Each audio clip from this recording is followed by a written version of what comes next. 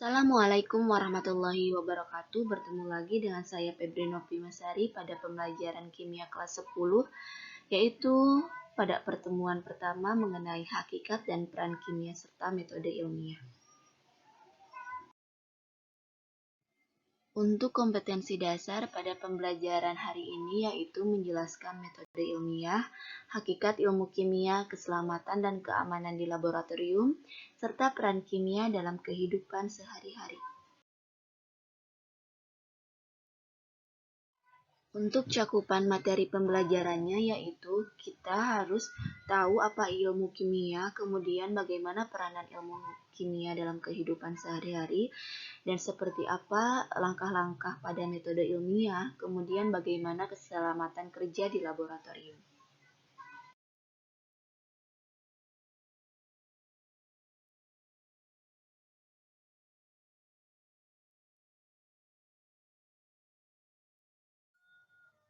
Sekarang masuk pada ilmu kimia, di mana ilmu kimia berasal dari bahasa Arab. Asal katanya alkimia artinya perubahan materi, oleh ilmuwan Arab yaitu Jabir Ibnu Hayyan bahwa ilmu kimia secara singkat yaitu ilmu kimia yang pelajari tentang rekayasa materi, di mana rekayasa materi ini perubahan materi kimia yang satu ke materi kimia yang lainnya, meliputi susunan, struktur, sifat, dan perubahan materi, serta energi yang menyertai perubahan tersebut. Oke, karena kimia tadi ilmu yang mempelajari tentang materi, kira-kira apa yang dimaksud dengan materi? Ada yang tahu?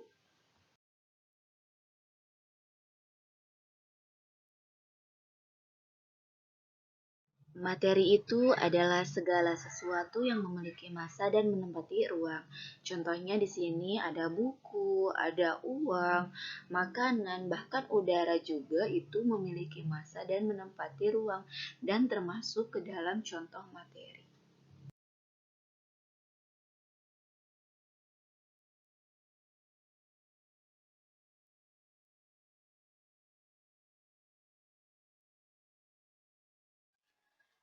Nah, sekarang masuk kepada perbedaan materi.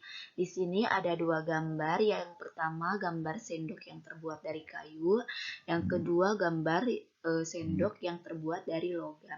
Kira-kira pada kedua gambar tersebut perbedaan materinya ada di mana? Ada di susunan materi. Susunan materi ini dia mencakup komponen pembentuk materi dan perbandingan tiap komponen tersebut. Bisa dilihat kalau kayu itu tersusun atas selulosa. Nah, kalau misalkan logam, ini bisa tersusun atas besi, seperti itu.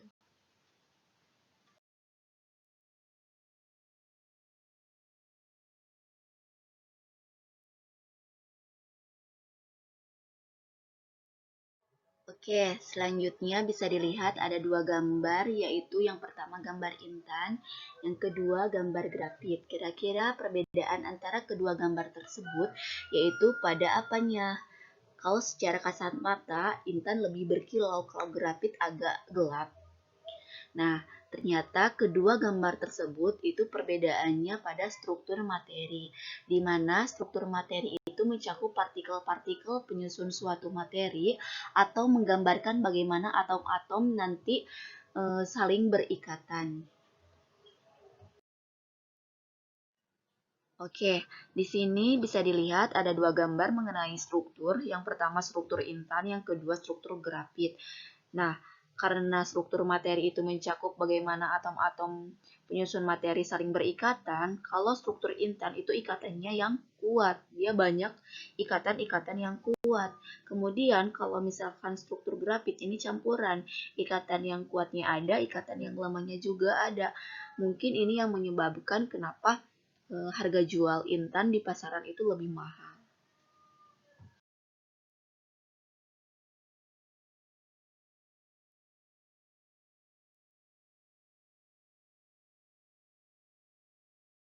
Oke, ini ada dua gambar lagi. Yang pertama ada gambar emas batangan, yang kedua ada gambar besi. Kira-kira dari kedua gambar tersebut perbedaannya ada di mana? Ada di sifat materinya. Sifat materi ini sebenarnya dipengaruhi oleh dua unsur. Yang pertama susunannya, yang kedua struktur materi tersebut. Di mana bisa dilihat perbedaan dari kedua gambar tersebut itu kalau misalkan besi ini dia sifatnya bisa berkarat, kalau misalkan emas itu dia tahan karat.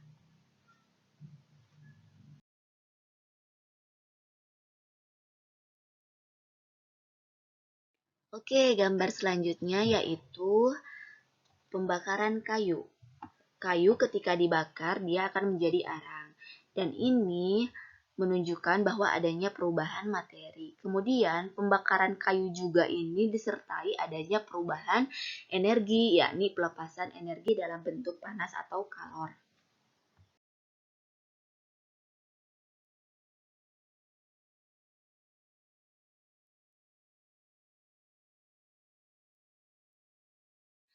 Oke, sebenarnya perubahan materi itu terbagi dua bagian. Yang pertama perubahan fisika, di mana perubahan fisika yaitu perubahan yang tidak menghasilkan materi baru. Contohnya apa? Perubahan wujud. Perubahan fisika ini juga pernah dipelajari pada mata pelajaran IPA kelas 3 SMP, di mana wujud zat itu ada tiga, yaitu padat, gas, cair. Nah, di sini bisa dilihat apabila padat ke gas itu dia reaksinya menyublim, dan apabila gas ke padat itu mengkristal. Ini dilihat sesuai tanda panah. Contohnya, misalkan padat ke cair artinya melebur atau mencair. Misalkan es jadi cair, itu contohnya. Masih banyak contoh-contoh yang lainnya.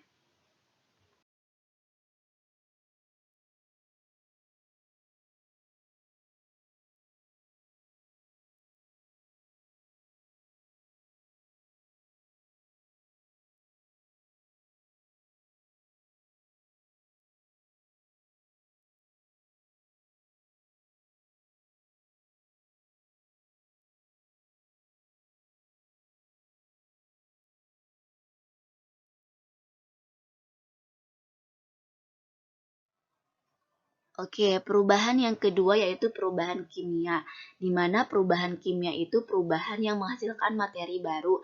Contohnya bisa dilihat ini ada pencoklatan apel. Apel ketika kita makan, kita belah, kita gigit, atau kita diamkan, itu yang tadinya warnanya putih, dia akan berubah menjadi warna coklat. Dan ini salah satu contoh dari perubahan kimia yang menghasilkan materi baru. Kemudian kembang api. Kembang api itu nanti akan menjadi abu juga ya ketika dibakar. Kemudian apalagi ya, ada kertas. Kertas ketika kita bakar dia akan jadi apa? Jadi abu. Nah, itu beberapa contoh dari perubahan kimia.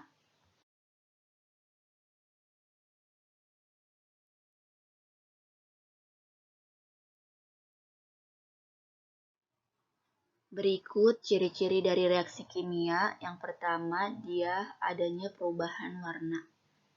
Kemudian adanya perubahan suhu dan adanya pembentukan gas. Kemudian munculnya endapan.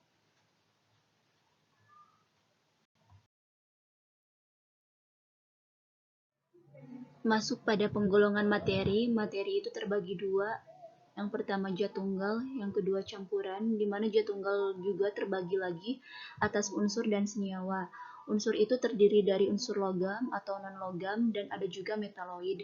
Kemudian campuran, campuran itu ada yang sifatnya homogen, ada yang sifatnya heterogen, dan ada yang sifatnya koloid.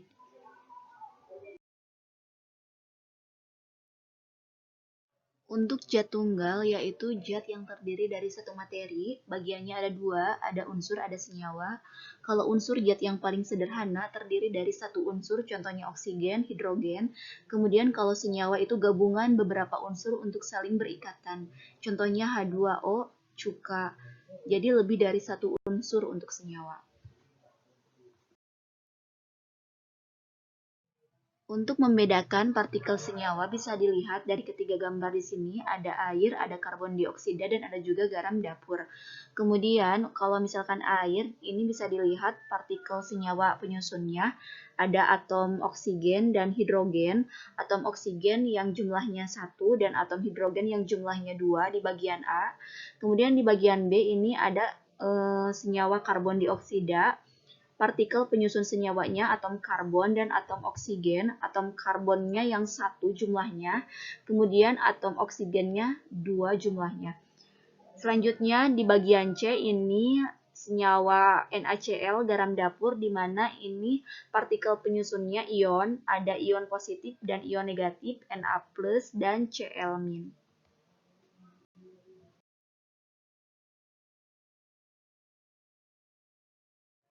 Kemudian partikel penyusun unsur, ini bisa dilihat sama ada 3 gambar. Gambar A yaitu gas mulia helium. Kemudian gambar yang kedua ini atom logam. Dan yang ketiga itu molekul oksigen dan unsur non-logam lainnya.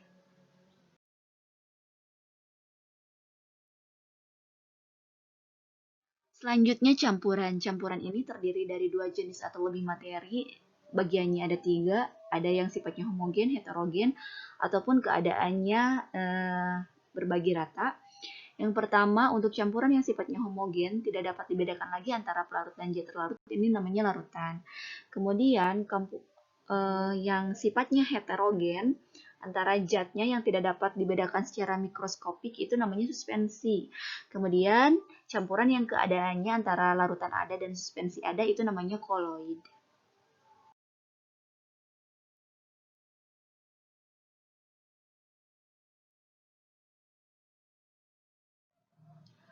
Oke, bagaimana manfaat belajar kimia? Sebenarnya manfaat belajar kimia ini sangat banyak sekali, terutama memberikan pemahaman terhadap alam sekitar dan proses yang terjadi. Contohnya pembakaran kayu, perkaratan besi, masih banyak lagi. Kemudian produk yang bermanfaat.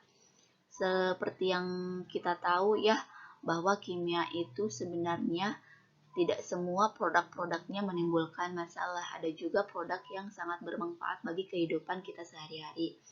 Kemudian pemahaman yang ketiga yaitu produk yang menimbulkan masalah. Seperti apa?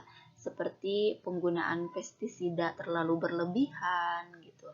Kemudian bahan kimia yang berbahaya bagi tubuh. Contohnya seperti apa? Seperti formalin untuk pengawetan asin ikan, kemudian boraks yang dipakai untuk pengawetan bakso, seperti itu.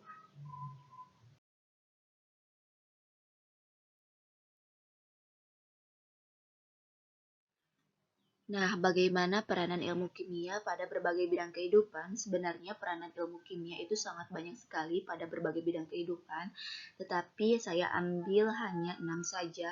Yang pertama, kimia pada bidang kedokteran, kimia pada bidang farmasi, kemudian kimia pada bidang pertanian, kimia pada bidang biologi, kimia pada bidang seni, dan kimia pada bidang kriminologi.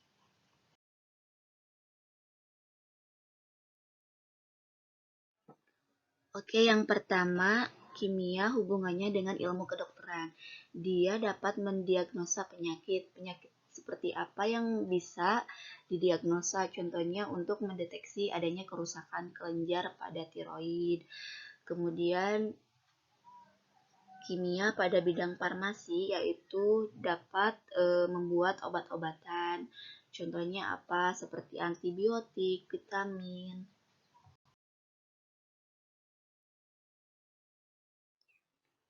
Oke, selanjutnya hubungan ilmu kimia dengan ilmu pertanian yaitu adanya pupuk, insektisida, fungisida, di mana bahan-bahan yang digunakan ini untuk meningkatkan hasil panen juga bisa menghasilkan bibit unggul.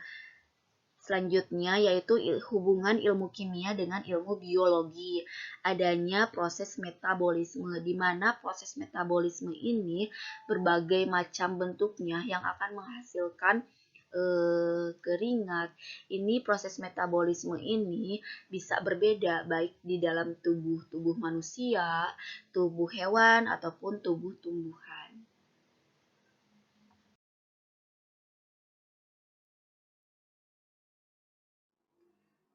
Selanjutnya, hubungan ilmu kimia dengan ilmu seni, yaitu pembuatan cat, di mana cat ini untuk memperindah suatu bahan atau bangunan. Bahan kimia yang digunakan dalam cat tembok itu contohnya kalsium karbonat, titanium dioksida, dan polivinil akrilik. Selanjutnya, hubungan ilmu kimia dengan bidang kriminologi yaitu contohnya tes urin, di mana biasanya hubungan kimia dengan bidang kriminologi atau forensik ini untuk memecahkan masalah-masalah kriminal biasanya harus dilakukan tes urin. Nah, bahan kimia yang digunakan itu bisa iodin, bisa perak klorida atau ninhidrin.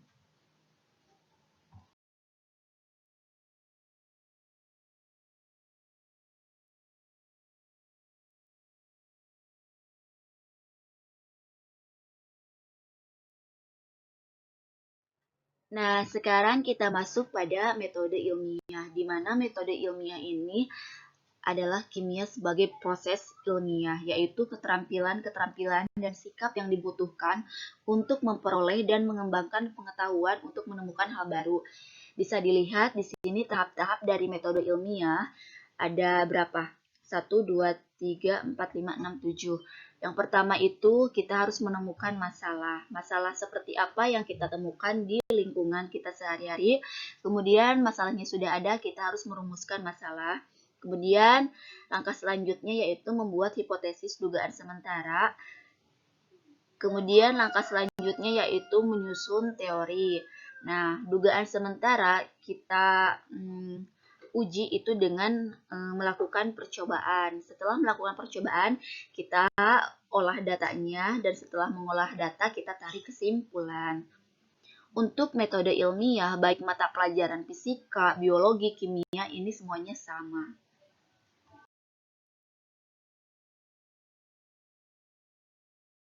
Terakhir, kita masuk pada materi keselamatan kerja di laboratorium, meliputi tata tertib laboratorium, berarti anak-anak harus tahu bagaimana tata tertib yang ada di laboratorium, kemudian alat-alat kimia, dan simbol bahan kimia yang digunakan di laboratorium. Untuk tata tertib di laboratorium, diantaranya pertama membaca petunjuk praktikum atau merencanakan percobaan yang akan dilakukan sebelum memulai praktikum. Kedua, menggunakan peralatan kerja seperti kacamata, jas praktikum, sarung tangan, dan sepatu tertutup. Yang ketiga, bagi wanita yang tidak berjilbab atau memiliki rambut panjang diharuskan mengikat rambutnya.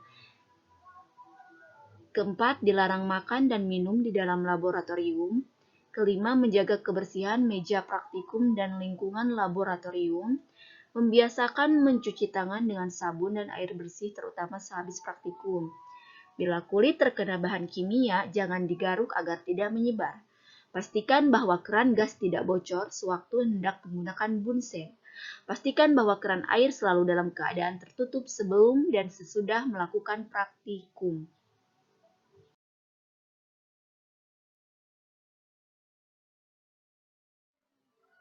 Ini beberapa contoh gambar alat-alat kimia yang sering digunakan di laboratorium sesuai dengan fungsinya masing-masing. Di sini ada beker glass atau gelas kimia, ada juga Erlenmeyer gelas Erlenmeyer, kemudian ada botol semprot, ada corong, ada juga rak tabung reaksi, kemudian ada tabung reaksinya, ada botol gelas, ada buret, ada juga spatula.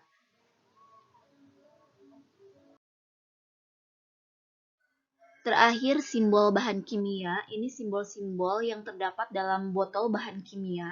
Yang pertama itu bahan yang mudah meledak. Yang kedua, bahan yang mudah terbakar. Kemudian yang ketiga, bahan yang sangat korosif. Yang keempat, bahan yang sangat iritan. Yang kelima, mudah teroksidasi. Dan yang keenam itu berbahaya bagi lingkungan.